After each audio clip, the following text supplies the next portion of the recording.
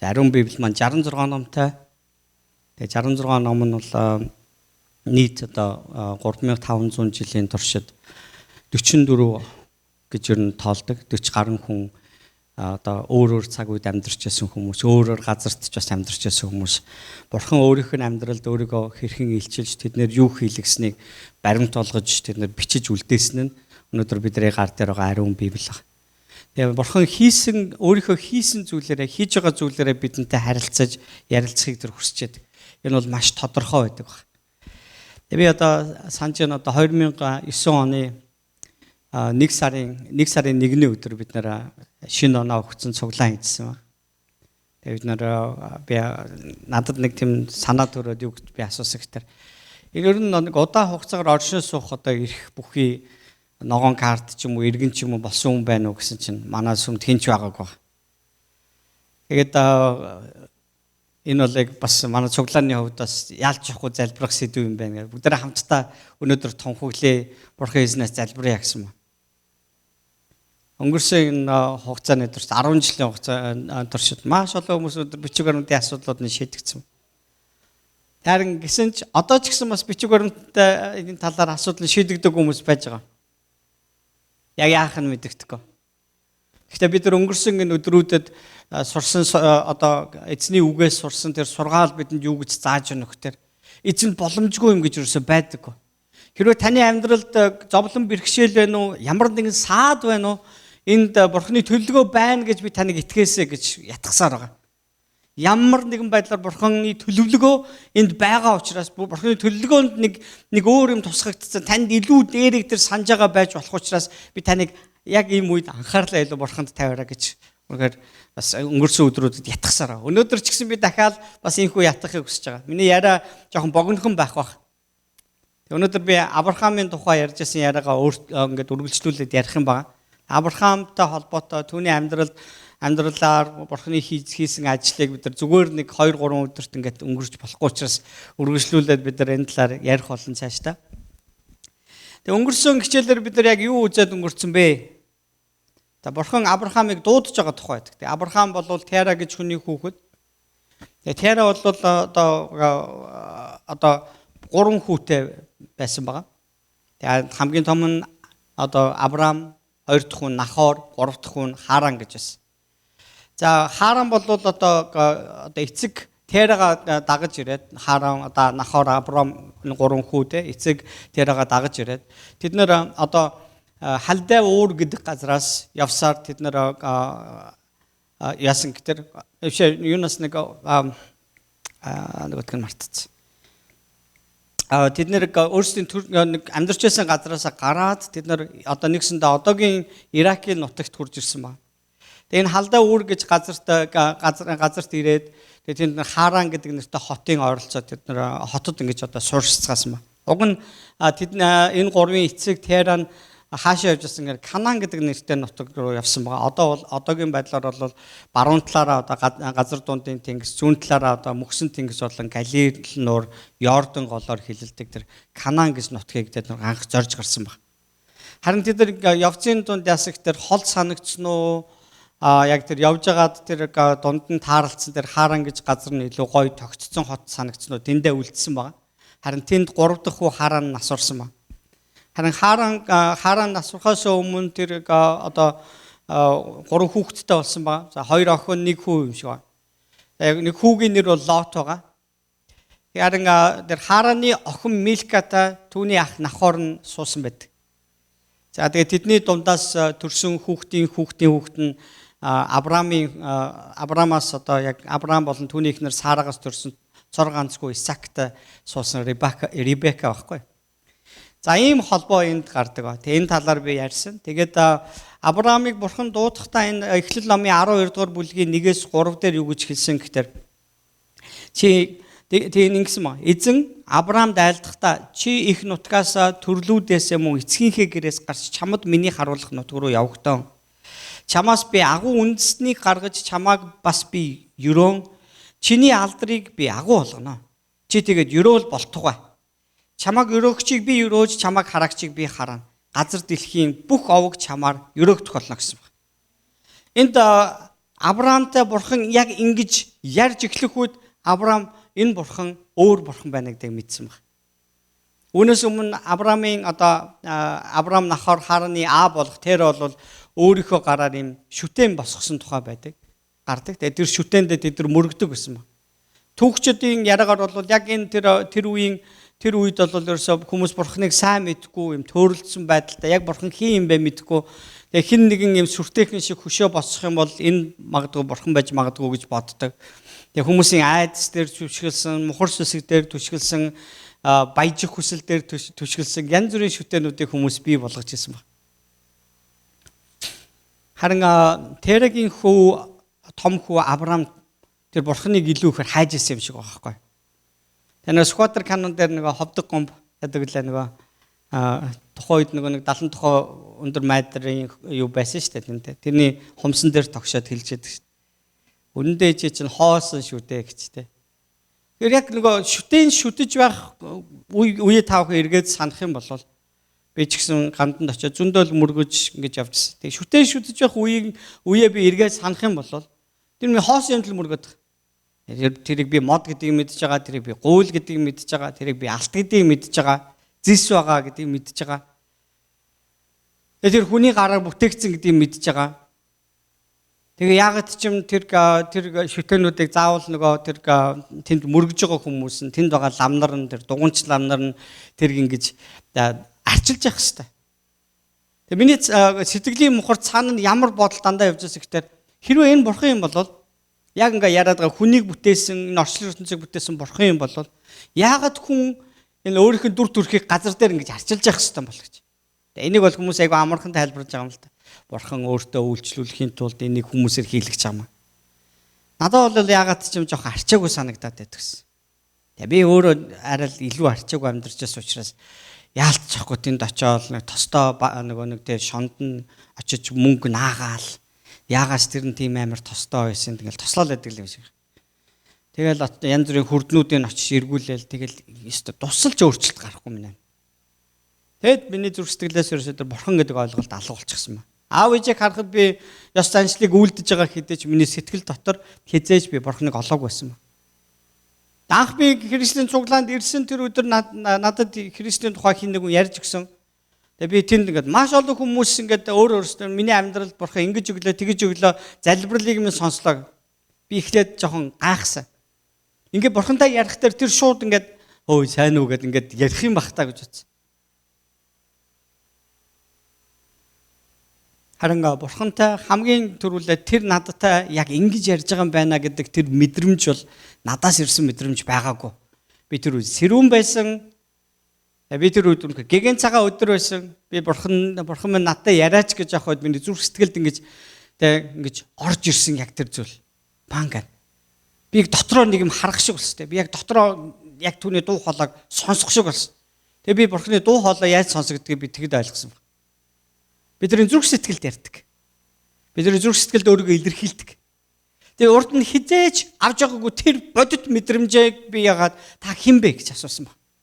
Та хэн юм бэ? Тань ингээд шүтэн хэрэггүй, танд сүм хэрэггүй. Одоо Христийн сүм ингээд энэ байгаа ч гэсэн энэ зүгээр байшин байхгүй барилга. Бидэрт энэ байшин тийм амар чухал биш. Энэ байшин тийм чухал биш учраас бид нар энд үлгсэн загалмаан дээр мөргөөд авах шаардлага байхгүй. Хамгийн гол нь бурхан бидний зүрх сэтгэл дотор байдаг учраас бид нар гадна талдаа алим нэг юм шүтэн гараар хийсэн зүйлд мөргөх ямар шаардлагагүй болсон. Авраамтай бурхан яг ингэж ярьсан баг. Түүний зүрх сэтгэлд яриад түүнд амлалтыг өгөө түүнийг дуудаж байгаа гэсэн байна. Яг нэг ажил хийлгэхээр дуудаж байгаа. Нэг зүйл түүний амьдралд хийхийг амлаж байгаа тийм гэсэн байгаа байхгүй. Авраамд нь бол шал өөр амьдрал байгаа. Шал өөр мэдрэмж байсан. Шал өөр зүйл. Бурхан надтай ярьчлаа гэж юу? Энэ яг миний нөгөө шүтэж мөргөж ирсэн тэр гэрийн онгон тэ одоо шүтэн биш юм аа. Миний зүрх сэтгэлд болж байгаа зүйл байна. Тэгвэл зүрх сэтгэл дотор надтай яриад байгаа тэр бурхныг би яг ямар дүр төрхөөр ингэж тэ дүрсэлж гаргаж чадах юм. Би зүрх сэтгэлээрээ л харж байгаа учраас. Тийм учраас Христэд итгэгч нарын бурхан одоо ийм төр төрхтэй байдаг гэсэн тийм яг тийм тодорхой зураг хөргөж байдаггүй баг. Бид нар тийм шүтэн гэж юусе байдаг. Авраамтай бурхан ярьсан. Тэгээ түүнд нэг 5 зүйлийг хэлсэн ба. Хамгийн нэгдүгээрт нь чиг одоо өөрийнхөө эцгийн гэрээс тэр одоо амьдарч байгаа газараасаа гарan миний чамд зааж өгөх газар руу яв гэсэн баг. Ямар ч байсан тэр хуучин амьдралаасаа тог тухтай амьдралаасаа тэр суурьсан амьдралаасаа гарч явах тухай ирсэн баг. Христэд итгэх амьдрал руу бид нар орж ирсэн цагаасаа сүм нэг өөр байдаг гэдэг бид нар мэднэ. Юу гэхээр би одоо аав ээжтэйгээ хамт ганцаараа би очиод янз бүрийн байдлаар ном уншуулаад ингээл явж явах үед бол хизээч надаа хин нэгэн одоо лам ч юм уу тэр ном уншиж өгж байгаа хүн ингэж зөвлөөг баг. За дүүмэн арих байгуугаарэ. Тэ чи одоо ийм муу зарчлаасаа салаараа гэж хэн ч хэлж байгааг байхгүй. Одоо цаг үед жоохон тэр тал руугаа ингээд ороод хүмүүс ярьдаг болсон гэж. Гэхдээ хизээж надад юм бодит амьд харилцаа түүнээс төрж байгааг баг. Харин Христийн цуглаанд ирсэн тэр өдрөөс л миний дотор хэн нэг надад хэлээгүй багтаал тэр өөрчлөлтийг нөгөө миний дотроос үргэлж шаардаж ирж. Христэд итгэж эхлэх юм бол Христийн цуглаанд явж эхлэх юм бол танаас юу шаарддаг вэ? Та хуучин амьдралаас гарах хэрэгтэй болдог. Өөрчлөгдөх хэрэгтэй болдог. Нөгөө хуучин хийжсэн бүх юма орхих хэрэгтэй болчихдээ. Энэ бол Бурхан таны амьдралд тавьдаг шаардлага. Тийм учраас Христийн цуглаанд явах айгүй хэцүү. Хэцүү шүү дээ. Чи өөрчлөгдөх ёстой л гэдэг. Тэг би зөвхөн хуучнаараа байчаа гэхдээ Христэд итгэгч байж чаддаггүй. Бурханд итгэгээвэл та өөрчлөгдөх ёстой л. Авраамд яг нэгэн зүйлийг хамгийн түрүүнд хэлсэн. Хоёрдугаарт нь Бурхан түүнд юу гэж хэлсэн гэхээр яв гэж хэлсэн ба. Миний чамд өгөх тэр газар руу яв гэсэн ба. Миний чамд өгөх газар руу юу? Ингэж юу гэсэн гэхээр чи их нутгаас төрлүүдээс муу эцгийнхаа гэрээс гарч чамд миний харуулах нутаг руу явахтаа гэсэн ба. Яагаад энд чамд миний харуулах нутаг гэж хэлсэн? Харуулах нутаг гэж хэлсэн бэ гэхээр Авраамыг амьд байх цагт тэр газар нь түүнийх болохгүй байсан. Харин түүний үр удамд энэ газар өгөгднө гэсэн тэр амлалт байсан. Өнөөдөр Христэд итгэгчдийн тухай одоо тийм бас өнөөдөр анх удаа ирсэн хүмүүсийн хувьд тийм ээ. Ингээд сонсох дээр тэд нар энэ мөнхийн амийн тухай яриад одоо өөрийнх нь амьдрал дээр яг бариад авцсан юм байхгүй. Хий хоос юм хөөж байгаа юм шиг сонсогддог. Гэтэл яг Библи буюу Бурхан биднэрт юу гэж амласан гэхээр энэ хожим нэг өдрөл болох юм гэж. Нэг агшинтал болох зүйл. Харин тэр хүртэл хүмүүс энэ талаар ойлгож, сонсож, итгэж, хүлээж, найдаж тэгээд тэр өдрийг харуулж явах хэрэгтэй. Тэгээ энэ бол яг Авраамыг дуудаж байгаа амьдралтайг адилхан бид нар энэ дэлхий дээр хожим бидэнд өгөгдөх тэр газар нутгийн төлөө бид нар өөрсдийн хуучин амьдралаасаа гарч шинэ амьдралаар бид нар явж Бурханы бидэнд харуулах газар руу бид нар явах ёстой болсон байна. Авраамын амьдрал яг л ийм амьдрал байсан ба. Тэгэхээр Авраамд бол энэ үнэхээр цоо шинэ амьдрал байсан. Энэ Бурхан намайг дассан сурсан газараас нь гараараа гэсэн ба. Орхих гэсэн утгатай биш л тийм. Зүгээр тэндээсээ гарч хөдлөөд нэг үйлдэл хийх хэрэгтэй. Амьдралдаа шинжилэлт хийх хэрэгтэй.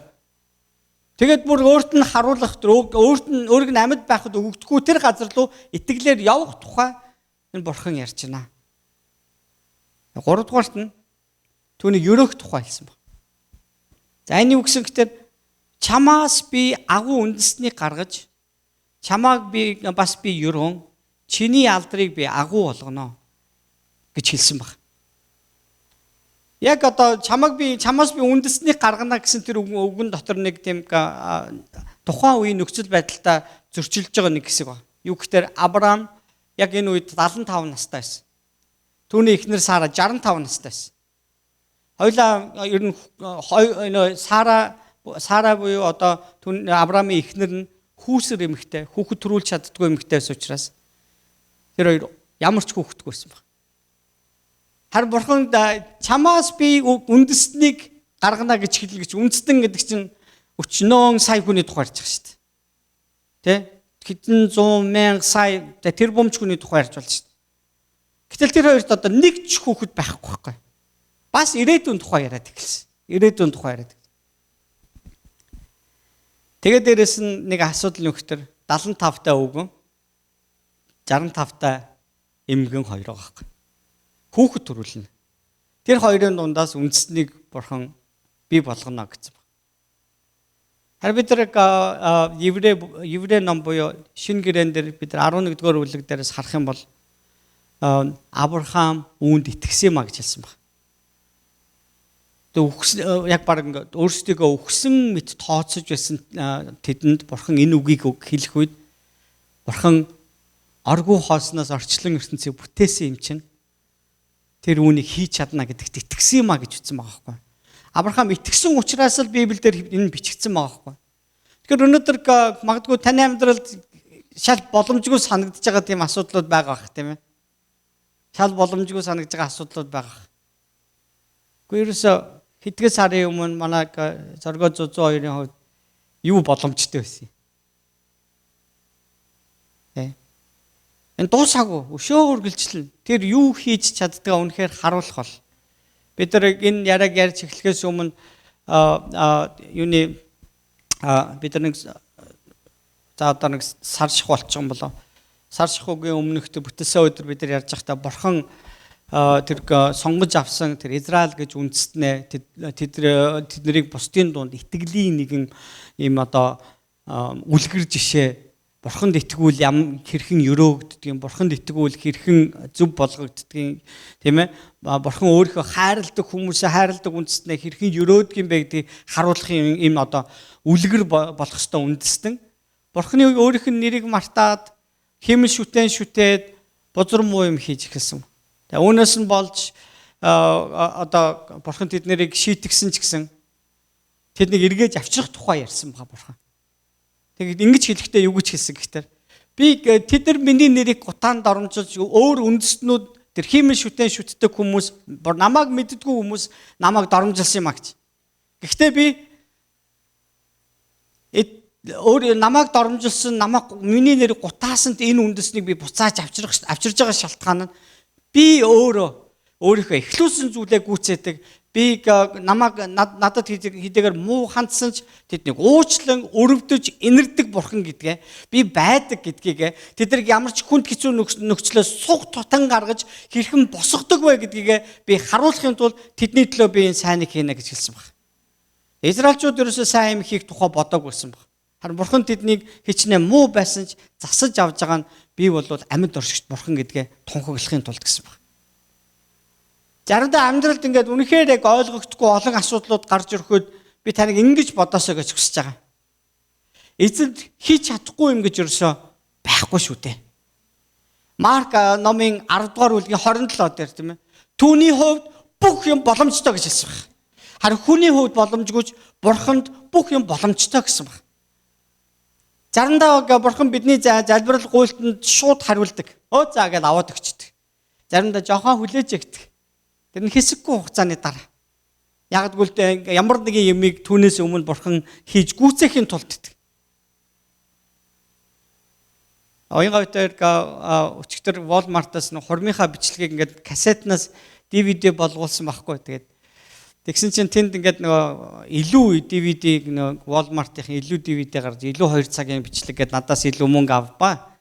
Тэгээ би за энэ нэг хурмын бичлэг л надад чухал байсан учраас энэ бичлэг би мөнгө төлсөн ч яалаа гүйч ялаа гэдгсэн чи заавал төлөх ёстой гэдэг. Тэгээ би бас нэг илүү мөнгө төлцөндөө жоохон гороосын амтан гэртээ орж ирэл нөгөөтгөө ингээл уншуулсан. Тэр нөгөө илүү мөнгө төлсөн уншдаггүй.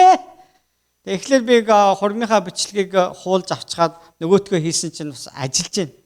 Тэгээ нээсэн чинь би юу болсон гэхээр 15 жилийн өмнө одоо 2004 оны одоо Есүс амьдсан баяр Истер дээр манай баяраа ахлагч ястаа нэг арилгасан сонгон шиг сайхан цагаан залуу шил зүүцсэн нэг юм тэл залуухан тэгээд баптизм хийлгэж байгаа бичлэг нь үзэг ш надаа.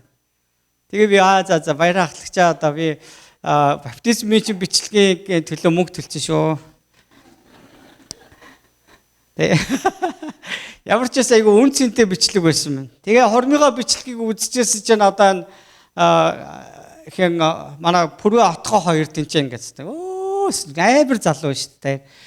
Айгүй шуугаан дунд нэг юм яриалаа. Тэгээд пүрөө бол яг дөнгөж нэг танилцаа дудаагүй байсан болохоор нэг олон юм яриаггүй. Тэгээд ингээд толгой дохио суучлаа. Тэгээд их гой бичлэгүүд олсон. Бид нар нэг өдөр эргээд өөрсдийнхөө энэрээс сүмдэр бүтээсэн бурхан бидний дунд бүтээсэн тэр түүхийг эргээ харахад ямар сайхан залууж, ямар сайхан байж үг. Тэгээ би одоо бодож байгаа байхгүй. Тэр 15 жилийн өмнө надад ч асуудал байсан. Манай баяраа ахлагчид асуудал байсан. Би төв дудалгүй Монгол буцсан. Уянгатгаа гэрэлсэн бид хоёр одоо Америк руу буцаж ирэх болсон. Бурхан биднийг дуудаж гин гэж итгэсэн. Визэнд орсон, виз гарсангүй. Паспортон дээр сайхан хар дарлаа.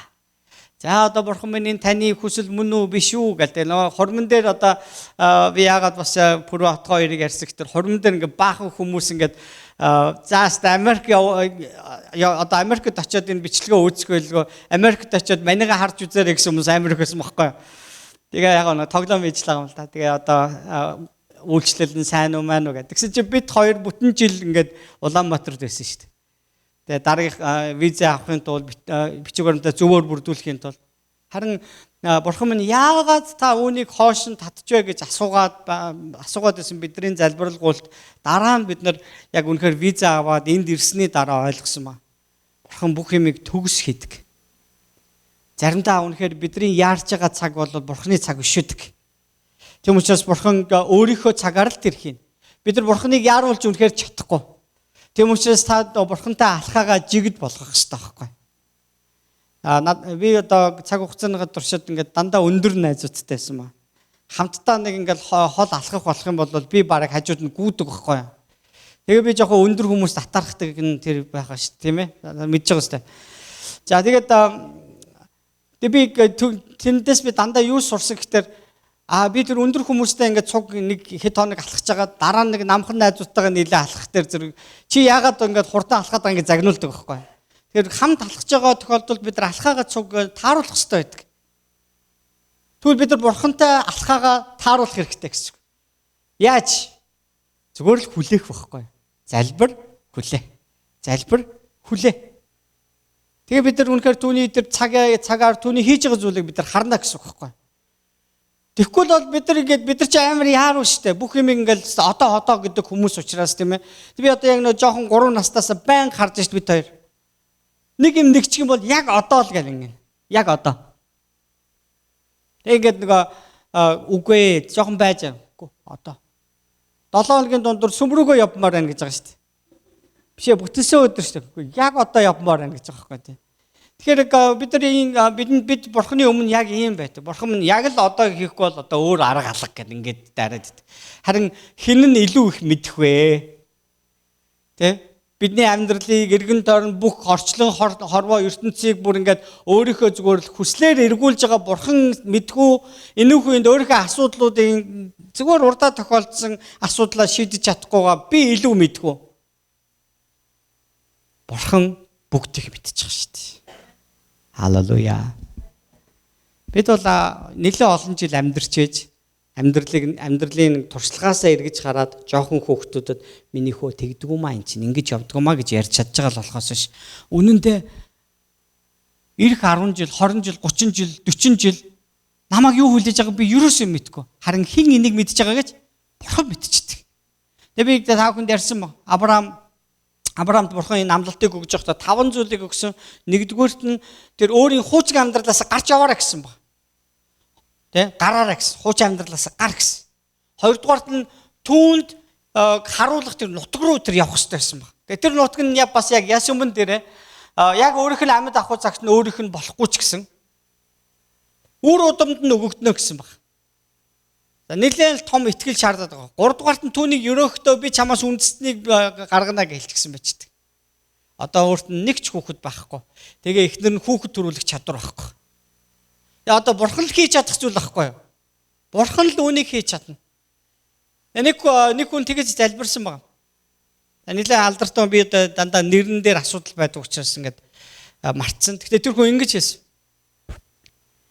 Би өөрийнхөө залбирлуудыг ингээд эргээ бодсон чинь ихэнхдээ дандаа би мэдэмхэрж бурханд юу хийхин заажсэн залбирал хийжээ. Харин би эргээ бодсон чинь би ерөөсө бурхан минь та миний амьдралд юу хийх вэ гэж те асуугаагүй байсан байна гэж. Тэгээд тэр хүн тэр цагаас эхлээ юуг залбирч игэлсэн гэхдээ бурхан минь таны л хийж чадах зүйлүүдийн төлөө залбирахад минь намайг чиглүүлээч гэсэн баг. Тэгээд айгүй ухаантай залбирал байгаа байхгүй.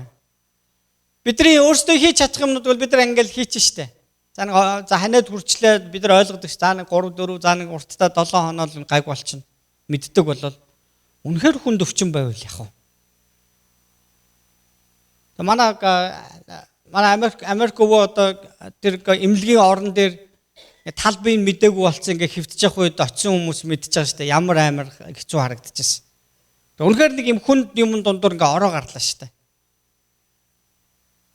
Та тэр эмнэлгийн орон дээр та өөрийгөө яг энэ Чарли ах шиг ингэж байсан ингээ та төсөөлөд үз. Өнөөдөр бидний дунд сууж байгаа нь ингээ бурхан хийж байгаа гайхамшиг ба. Мэдээж хүмүүс хэлгэл баг л та. Эмч нарын юмгаар сайнаас болж гэж. Тэр эмч нар чинь яг хүний амьдралыг уртасгадаг тэгээ хүний одоо эд эсэнд ам өгдөг тийм шидэнгүүд биш шүү дээ. Тэд бол зөвхөн нэг шинжлэх ухааны дагуу эмчилгээ хийсэн харин амьтай байх нь бурханаас байдаг. Хүний бие махбодыг шорооноос бүтээсэн гэж Библиэлд бичсэн ба. Буддын сургаалт ч гэсэн шорооноос бүтээсэн тухай байгаа шүү дээ. Харин амьсгалыг өгсөн нь бурхан гэж хэлж байгаа. Тэг бидний өнөөдөр энэ амьд амьдарч байгаа нь бидний хийж байгаа дасгал, идж байгаа эрүүл хоол, сахиж байгаа хоолны дэглэм, эрүүл мэндийн дасгал, одоо юу ч юм бэ бясалгал, өөр тийм боловсрол одоо юу юм шинжлэх ухаанаас болж бид нар амьд явж байгааг бол үгүй. Библи бидэнд хэлж байгаа. Тэр амь өгдөг нь бурхан юм аа гэж. Энэ бол бурханы үнэхээр гатгаж өгдөг зүйл байхгүй. Хэрвээ бурхан таныг дуудах юм бол та залуу юу хөгшин үү, хамаагүй, бэби байна уу, бүр өндөр настай хүн байна уу? Та энэ биеэ орхин бурханы өмнө очих болно гэж. Харин бурхан биднийг дараа нь хааш нь амьдруулах уу гэдгийг тэр шийддэг. Хүмүүс бидний газар дэлхий дээр бурхантай хизээч харилцаа холбоотой байгаагүй учраас бидэнд яг тэр үед хүндрэл гарч магадгүй байхгүй.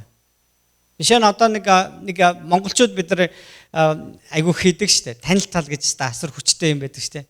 Америк яг бас ялгаа байхгүй. Тийм хүмүүс яг хүмүүс тэгж хийдэг.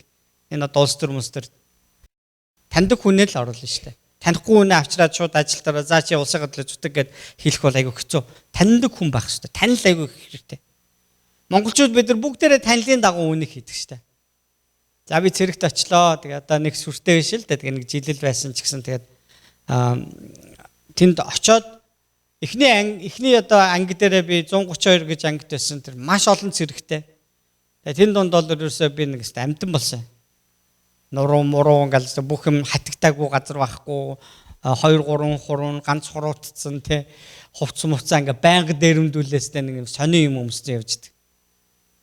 Тэр үеийн дур зургийг харах юм бол одоо би бол баг хаан шиг амьдарч юм шүү.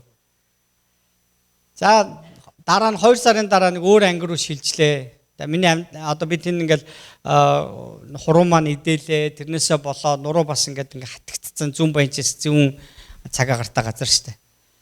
Тэгээ би ингээд халуураад 2 3 хоног ингээд ер нь ухаан ороод тэгээд унтаал ухаан алдаад ч юм уу мэдэхгүй те.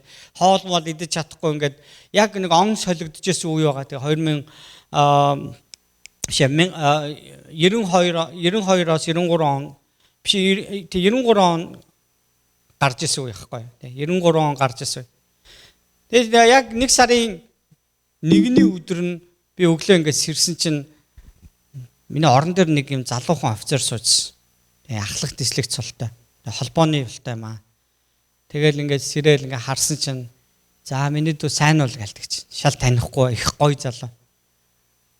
Сайн байна уу гэлтгсэн чинь би одоо чиний нөгөө хамаатны тэр их чинь нөхөр нь байгаамаа гэлт. Уг нь би чамаг энд эрэхт чинь авчиг гэсэн чинь манайх нүүж мүгээд ингээд ерөөсө зав гарсангүй. Дотор сонирн болоод явцсан. Тэгээ намайг шууд тэр ангиас авч явангуудаа өөрийнхөө нөгөө ажиллаж байгаа анги дээр авчиад яг бүр өөрийнхөө хариуцдаг тэр салонд оруулсан баг. Амьдрал тис өөрөлсөн. Тэгээд ерөөсөө тэнд байх бүх хугацаанд ямар ч офицер надад гэж гар хүрхийг ерөөсөө яардаггүй байсан баг. Бусад зэрэг бол шууд цохно. Цэргүүд ч гэсэн надад бас жоохон болгоомжтой харьцдаг. Би энд бол 2 төрлийн хамгаалалт байсан гэж бод. Би тэр үед Христэд итгэж байсан байгаа. Тэгээ хүнд өвчтөй тэр байх үедээ бурхан минь би энэ цэргийн анги дээр өвхөн гэдэг нь таны төлөвлөгөө биш баха. Харин та хүсвэл намайг яг одоо энэ байдлаас гаргаж өгөөч ээ. Би танаас гууж байна. Би энэ орон дээр ингэж хөвтөөд ийм арчаагүй царайлмаар хүмүүс таныг муу хэлнэ шүү дээ. Миний залбирал яг тийм байсан. Ерөөсө 2 хоногийн дараа ингээл өөрчлөгдсөн. Бүр тэр манай хамаатны хүн яг тэр жил тэнд амьдарч байгаа намайг халагдахаас өмнө буцаад Улаанбаатар руу нүүц. Ерөөсө надад туслахад очсон хүн шиг л байгаа байхгүй. Тэгээд амьдрал өөр боллоо, өөр газар очлоо, ингээд ирсэн. Би тэр үеийг ойлгосон гэхээр бурханд хийж чадахгүй юм гэж ерөөсө байдаггүй. Хамгийн хүнд хэцүү үедээ түүнд залбирахад зүгээр л шивнэхэд би тэнд чангаар залбираагүй, би сүм рүү яваагүй, надтай хамт нэг ч итгэгч хүн байгаагүй. Би зүгээр зүрх сэтгэл дотроо уйлан гоншигнож бурханаас би гуйжтуул гомдлсон байхгүй. Гэтэл бурхан түүнийг сонсоод миний амьдралд яг ийм зүйлийг хийж өгсөн баг. Өнгөрсөн 27 жилийн туршид маш их гайхамшигтай зүйлүүдийг бурхан хийсээр байсан. Америкийн виз хүлээж байх хугацаанд ээж маань савны хавдартай гэж гарлаа. Би нэг таньдаг эмчтэрээ очоод тэр нь бүр ингээд яг баталгаатай ягаад ээжтэй яаралтай амжилтгагийг хэрэгтэй байна. Гэт ингээд ээж маань одоо хагалгаанд орлоо. Түүний дараа одоо ингээд эрчим дэмжлэгээ нэг химийн имчилгээнд явлаа. Өвлжөнгөө тэр манай гэр бүлд би ганц жолооч нөхгүй. Тэгээд манад байсан ганц машиныг би хөдөлгөн. Тэгээд ээжигээ зөөх боломж надад гарлаа. Ээжигээ имчилгээ хийлгэж явахт нь тэгээд би гадаа машина байн халаагаад нөгөө нөмөрч суух дахыг нь одоо ингээд илгэндээ бараа би дулаацуулаад халуун цаймаг ингээд байн ингээд нөгөө тийм хучаад ингээд сууж яасан. Тэгээд би одоо боддог аахгүй. Би хол явах гэжсэн учраас удаан хол явж би ээжтэй ойрхон байж чадахгүй байсан учраас бурхан надаар ийм зүйл хийлгэсэн гэж бодож байгаа. Тэгээд тэр жил би бас энэхаа библийн сургуулаа яг бүрэн төгссөн байгаа.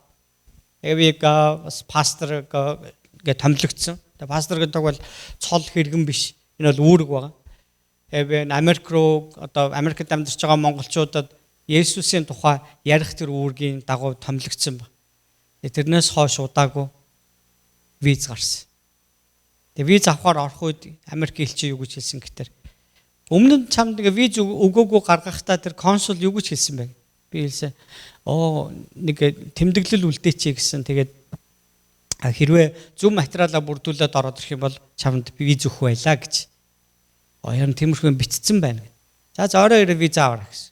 Юу вэ? Ямар амархан хурдан болчоо. Тэгээ бид хоёр ч баг хэд хоногийн дараа хэлээ те. Наашаа ниссэн байхгүй. Ерөнхийдөө бол залбирхаас өөрөөр юм бэлдээгүй л байжсэн. Бурхан бүгдийг хийж гисэн баг. Маш олон гайхамшигтай зүйлүүд гарсан. Бурхан тэр бидэнд анхлаа тэр виз өгсөн бол бид тэгж их жилжингээ залбирах тийм боломж гарахгүйсэн. Бурханд энд өнгөрөх энэ он жилүүдийнхаа төлөө бүрэн гэж даатгах тэр зүрх сэтгэл бэлтгэгдээгүй байх гэж бодож байгаа. Тэгэхээр Авраамыг бурхан дуудах тэр үед Авраам арай бэлэн биш байсан ч тэр итгэлээ бурханд тавьсан. Харин бурхан түүнийг дагуулж харуулах тэр нутагт түүнийг аваачлаа гэдэг нь энэ нь цаг хугацаа шаардж байгаа зүйл. Энэ хооронд бурханы хийж байгаа бурхантай хамт алхах хэрэгтэй болно. Бурханы хүслийн дагуу алхах хэрэгтэй болно. Тэгэхээр бурхантай хамт алхах гэдэг нь залбирчгаа түүний хийхийг нь хүлээх гэсэн утгатай гэдгийг би танд өнөөдөр сануулга хэлхийг хүсэж байгаа. Бурхан Авраамыг 3 дугаарт нь тэр ерөөё гэж хэлсэн. Би чамайг нэг үндэстэн болгоно. Тэр ямар ч хүүхдгүй боловч би чамайг ерөөё гэсэн. Тэгээ чамайг нэг агуу үндэстнийг чамаас гаргаж би чамааг өрөөж чиний алдрыг агуу болгоно. Тэгээ дөрөвдүгээрт нь юу гэсэн гэтэй? Чамааг ерөөгчдийг би ерөөж чамааг хараагчдыг би хараана гэж хэлсэн баг. Чамааг ерөөгчийг би ерөөж чамааг хараагчдыг би хараана гэж хэлсэн. Энэ бол одоо нэг тийм түүнийг ийчтэй агуу нэгэн болгож байгаа гэсэн утгатай биш. Энэ бол хамгаалтын тухай ярьж байгаа. Хэрвээ хэн нэгэн чамд муу юм хийхээр санаарах аваас би чамтай хамт алхаж байгаа. Чи хэрвээ чи надтай хамт алхаж байгаа бол чи надад хамаатай учраас хэн нэгэн муу юм хийх гэж байгаа бол надад муу юм хийж гэсэн. Тэгвэл би чиний өмнөөс би тулалдах болно гэсэн утгатай үгэлж байгаа. Би чамтай хамт явах болно гэж. Чи хэрвээ чамаа хэн нэгэн өрөөж чамд тусалж чамд сайн хандж байгаа бол надад сайн хандж байна гэсэн үг байгаа шүү дээ. Матай ном, Лук ном дээр харах юм бол Есүс энэ дэлхий дээрээ түүний айлцсан сургаал дотор бас яг ийм үг байгаа. Та нар энэ дэлхий дээр миний дагалдагч нарын хамгийн өчүүгэнд ч гэсэн аяг өлсөж цангаж явахт нь аяг усаар ингээд аяг ус өгж цангааг нь тайлсан бол надад хийж байгаатай адилах юм а гэж. Хожим өдөр хүмүүс миний өмнө цуглах үед тэр хүмүүсийг би 2 хуваана гэж хэлсэн. хоёр хуваа зогсоогоод өөрийнхөө баруун тайд багсад хандаж намааг шоронд байхад ингээд эргэж эмнэлэгт байхад мань намааг асарч өвчтөй байхад мань асарч тэгээд одоо зов зүдэрч явахад надад тусаж өлсөж цангаж явахад нь хоолдож ундалж хувцалж байсан та нарт үнэхээр баярлалаа. Та нарт бэлдсэн агуу шагнал болох мөнхийн улсад орно гэсэн баг. Нөгөө хүмүүс нь хэлсэн баг. Хизээ тантай бид нар уулзаад ингээд танд тийм сайн юм хийж амьдсан юм бэ эзэн минь. Бид нар ийм юм хийснээр санахгүй байна гэсэн. Харин Есүс ингэж хэлнэ гэсэн. Та нар миний дагалдагчдын өчүүхэн ч гэсэн ингэж хандвал надаа хийж байгаагаас ялгаа юу вэ гэсэн баг. Амен. Тэр өнөөдөр Христэд итгэгчдийн чуулган гэдэг бол энэ Бурхны өргөө, түүний хүмүүс. Бурхан өөрөө бидний бол нэгдэл гэдгийг бүгдээрээ санацгаая.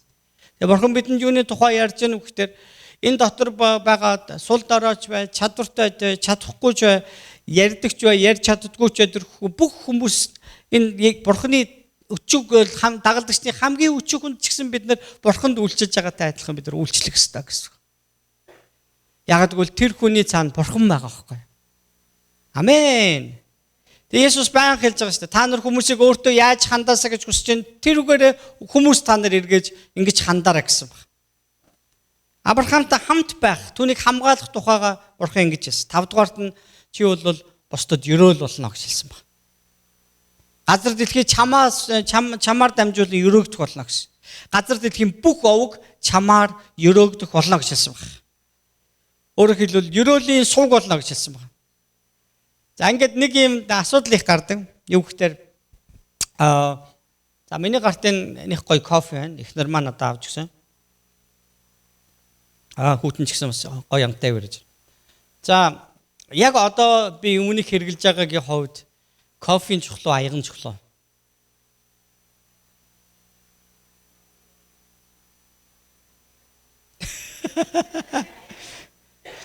Аяггүй бол кофе байхгүй.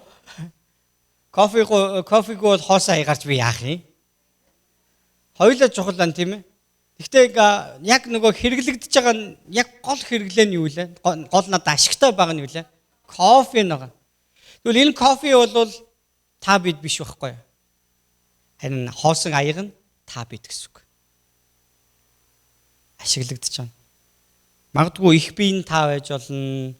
Гадна талынх нь одоо энэ хүний гар халаахгүй тулд ингээд хийцэн жирэг нь өөр нэгэн байж болно. Таг нь өөр нэгэн байж болно. Таган дээр нүх нь өөр нэг байж болно тий. Тэгээ бас энэ нүх чинь энэ таган дээр хоёр нүхгүй байх юм бол энэ халуун кофе чинь тэр амархан гарахгүй. Нөгөө талд нь бас нүх хэрэгтэй жижигээр. Тэгээ одоо нөгөө том нүх энд амсар дээр байгаа жихэн нөгөө уудаг том нүх нь жижиг нүхээ дэрлэхэд байж бас болохгүй шүү дээ тийм ээ. Би чамаас том нүхтэй нүх шүү. Чи муу жижиг нүх юугаа хийж байгаа юм чи? Тэгээ одоо надгүйгээр энэ хүн одоо кофе ууж чадахгүй штэ гэл ингээд ингэж болохгүй гэж.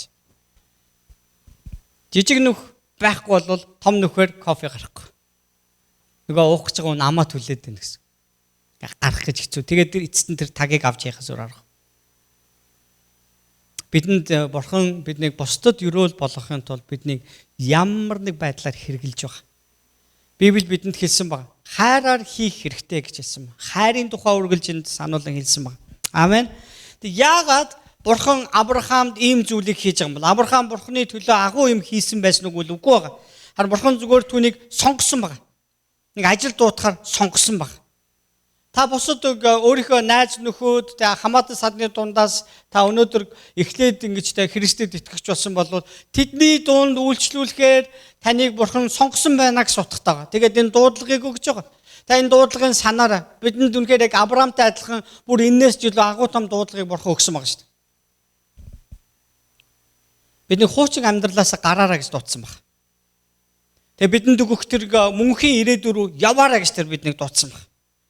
Ингэж явж явах хугацаанд би та нар өрөөх болно гэсэн байна. Энэ газар дэлхий дээр ч төдийгүй мөнхөд бид нар өрөөгдөх тухай ярьж байгаа. Бидний үр удам өрөөгдөх тухай ярьж байгаа. Тэгээд тэр өөрөө хамгаална гэдгээ хэлж байгаа. Чамд муу юм хийхээр санаарч байгаа хэн нэгэн байл тэр надаа хийж байгаатай яг адилхан юм а гэж хэлсэн. Дөрөвдүгээр ангид байхад гадаа мөсөн дээр гулгаж байсан чинь манай нөгөө параллел ангийн нэг том биетэй хүүхд намайг дэгээд унгааснаас олж би ингээд бүр амар унсан байхгүй.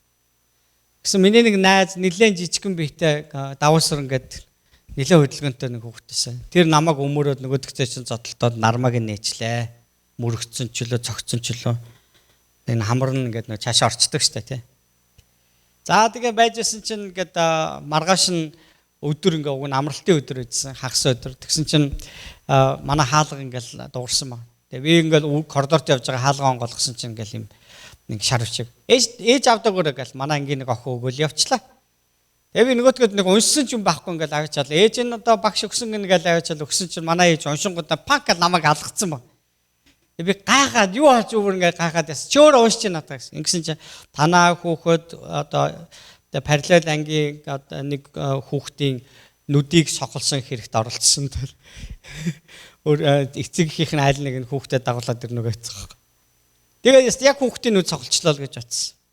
Яа эцсэн ингээл нэг ээжтэйгээ цуг манай аав багс ээжтэйгээ цуг орол орсон чинь нөгөө хүүгийн ээж нь зүгээр шууд над руу ирээл чи намайг чи зохиол түлхий айл ерөөсөө ингээл бүр юм болохгүй. Тэгсэн чинь манай ээж өмөрдөг юм байгаа ч тийм. Тэ. Манай ээж хүү та зүгээр гараа. Тэ. Энд ч гэсэн миний хүүхд шүү. Тэ.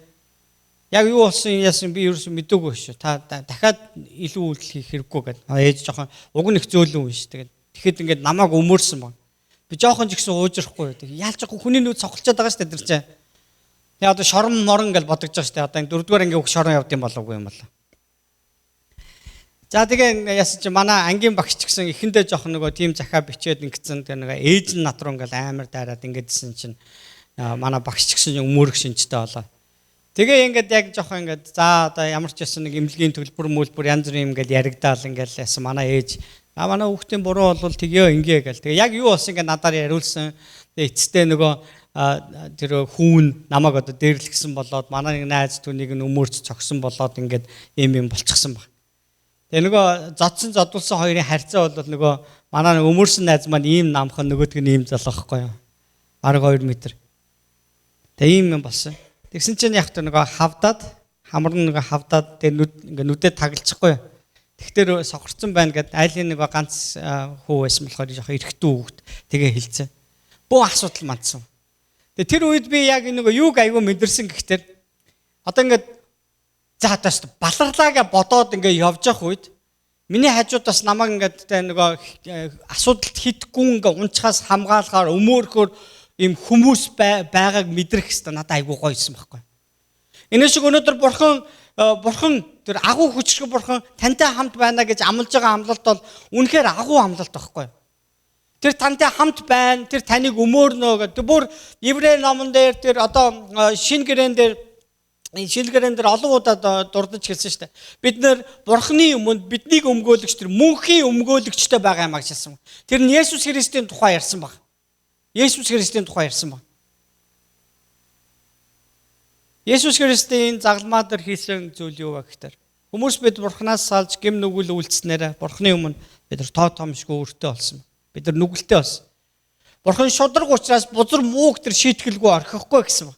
Гэтэл энэ дэлхийгээс өөрийнхөө бузар муугаас ангижирч тэр бурхны өмнө ямар шийтгэлгүйгээр зогсож чадах хүн нэгч байгаагүй учраас бурхан хүн төрлөختнийг аврах нэг аргыг зохиосон баг.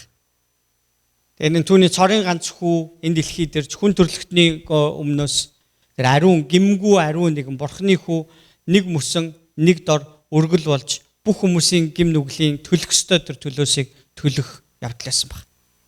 Ром номын 6 дугаар бүлэг дээр гим нүглийн төлөөс бол үхэл. Харин бурхнаас ирсэн бэлэг бол Есүс Христээр дамжуулж ирсэн мөнхийн амь юм а гэж хэлсэн. Түүнийг Есүс өөрийнхөө амийг бидний төлөө загламаа дээр нэгэнтээ өргөжсэн юм бол өнөөдөр тэр үхлээс амилсан тэр бүхнийг захирч байгаа бурхан өөрөө бидний төлөө амиараа биднийг үн цэнтэй болгосон бол өнөөдөр Христэд итгэдэг хэнийг ч гэсэн хэн нэгэн буруутгаж тэд муу юм хийхээр занал хийх аваас тэр агуу бурхан Есүстэй нүр тулах хэрэгтэй болно гэсэн үг. Есүс бидний өмнөр зогсоод байжээ. Энэ хүн чамд ямар өртөө гинэ? Надтай яар. Ямар буруу юм хийсэн гинэ? Надтай ярьж. надтай тооцооч. Энэ хүний амийн тухай ярьж гэнэ үү? Амийг авах тухай ярьж гэнэ үү? Надтай эхлээ ярьж. Бурхан яг ингэж ийм хамгаалтыг биднийг ингэж хамгаалах тухай амласан байна гэсэн үг юм л да. Харин ерөөлийн сувг болох тухай ярьж байна. Биднийг бурхан сонгон дуудсан бол ямар нэг зүйлийн төлөө тэр хэрэглэхээр биднийг одоо англиар vessel гэж хэлдэг. Хоосон сав болгож биднийг хэрэглэж байна гэсэн. Хоосон ваар болгож биднийг хэрэглэж байна гэсэн.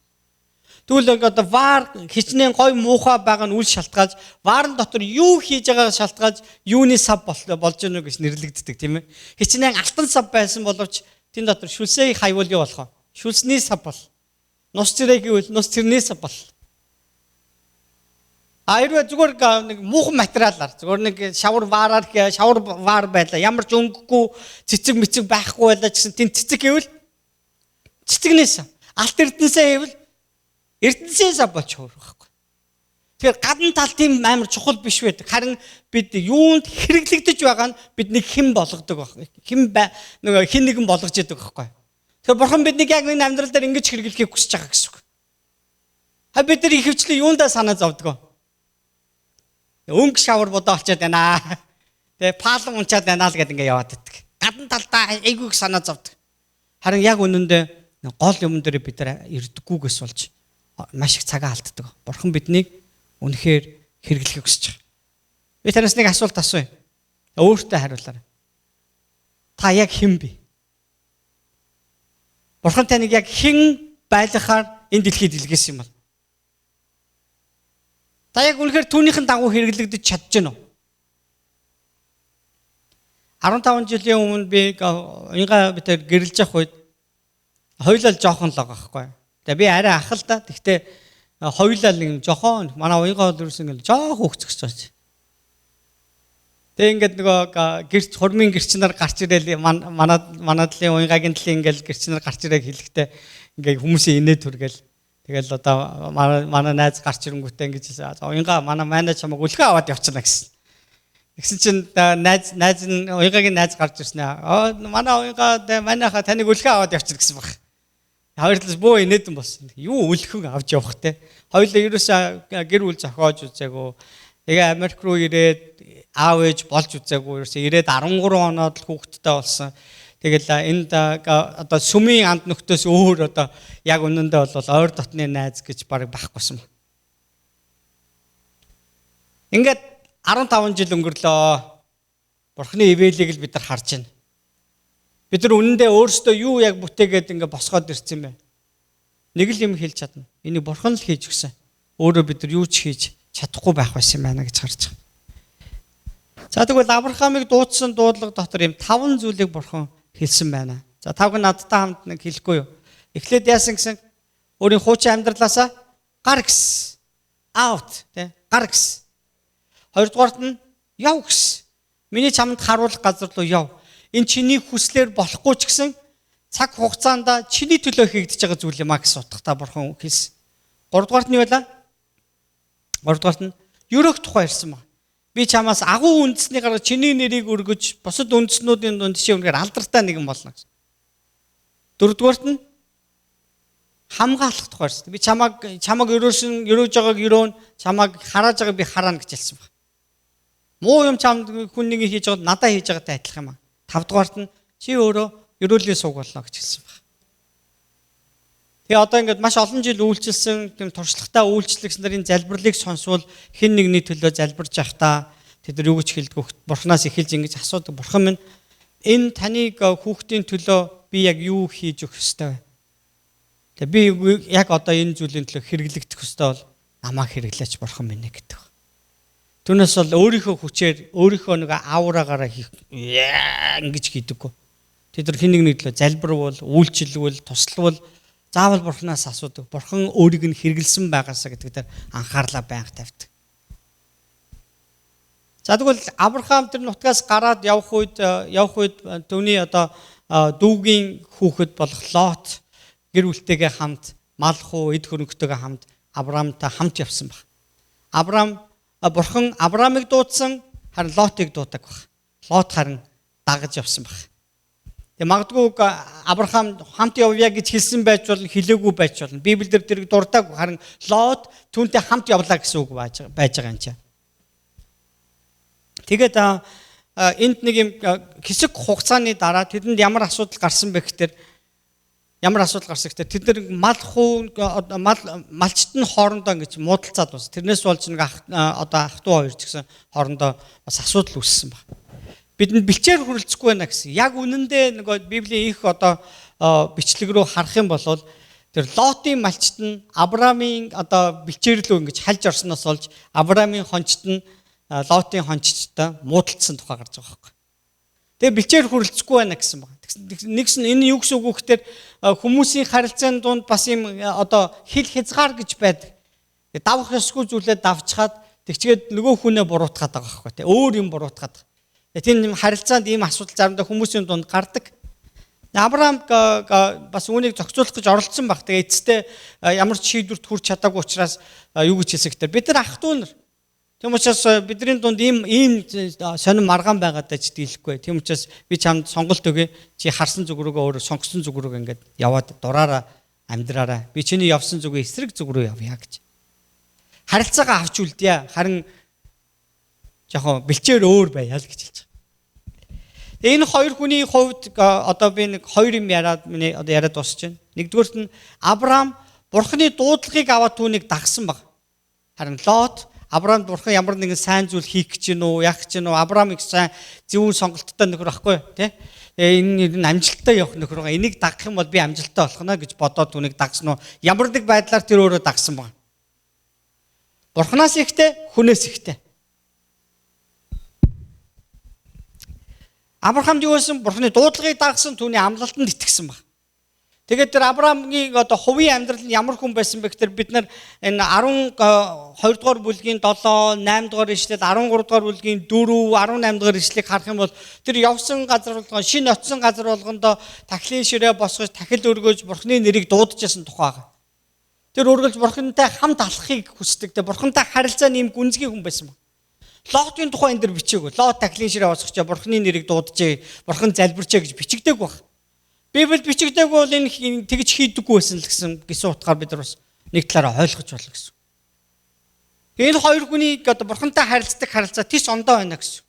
Сүм дотор яг адилхан хүмүүс байдаг. Адилхан цаг хугацаанд ирдэг. Адилхан цаг хугацааг сүмд хамтдаа өнгөрөөсөн боловч тэдний итгэлийн амьдрал өөр багтдаг. Шалтгаан нь Бурхантай харилцдаг харилцаанаас л болж байгаа. Бурхантай та яг Авраам шиг харилцаатай байна уу? Тэгвэл та үнэхээр сүнсээр дүүрэн нэгэн байх бол Бурхантай хамт алхдаг нэгэн байх бол таны Бурхантай харилцдаг харилцаа сул дорой байгаад байна уу? Бараг байхгүй байгаад байна уу? Та тэгвэл яг Лоттой адилхан нэг бэлчээрийн хэрүүл хийсэн нэг төөрсөл хүн байгаад байна л гэсэн. Тэгээд эцэст нь энэ хэрүүл маргаан томроосоо гэж хүсэхгүй байгаа учраас Авраам түүнд сонголтыг өгсөн. Тэгээд Лот хараагаа бэлчээж тэд нар энэ дунд нэг бас нэг юм бас энийг би заавал ярих хэрэгтэй.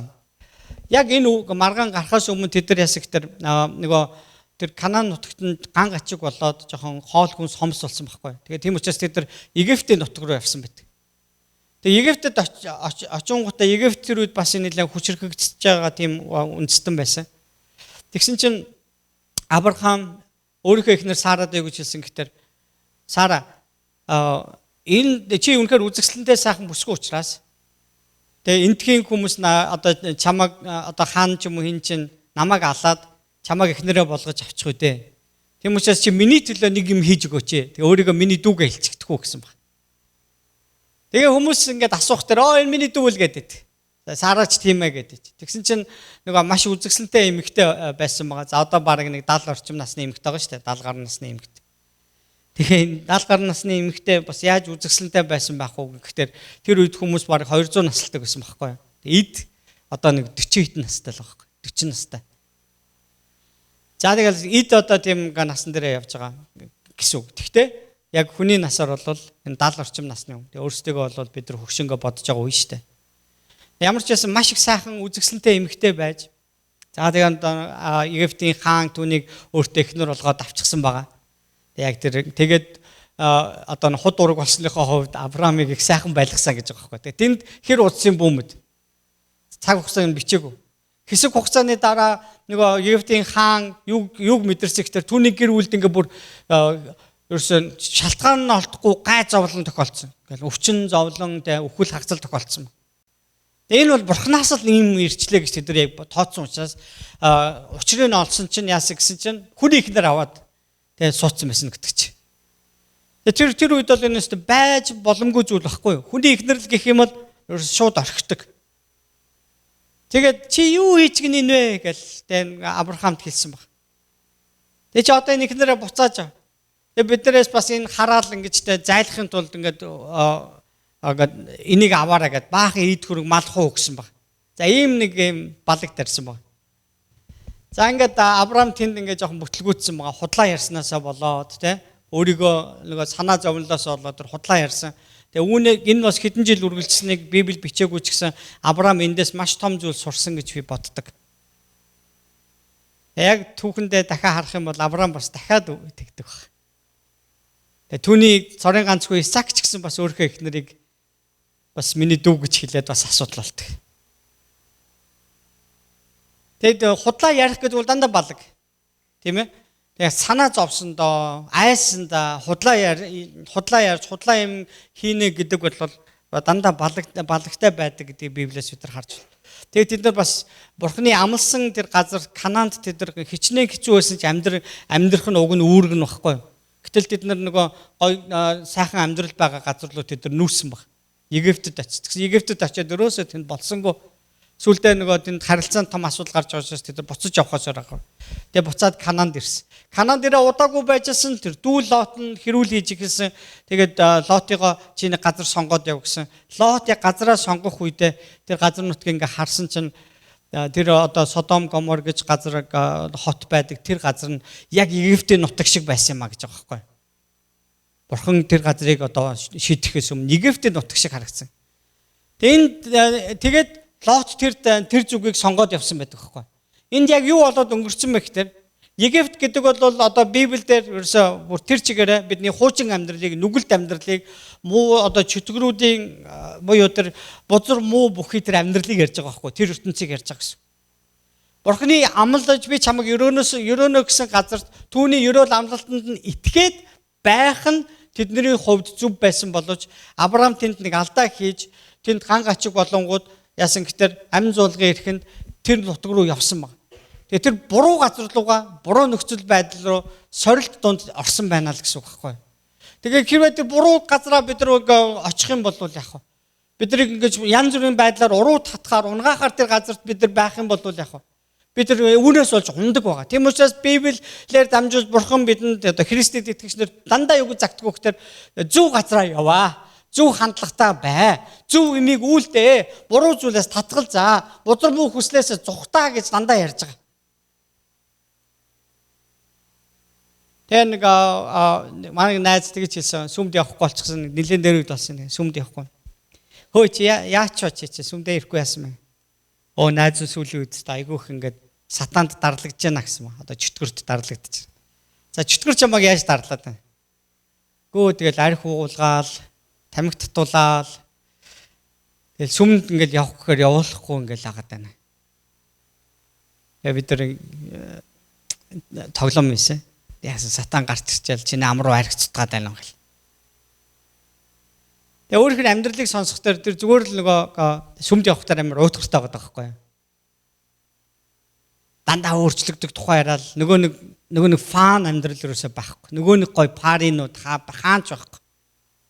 Сүмдэр ингээ нэг бурхан амагтаал ингээл хийдэг. Нөгөө нэг дүнц нь байхгүй болсон.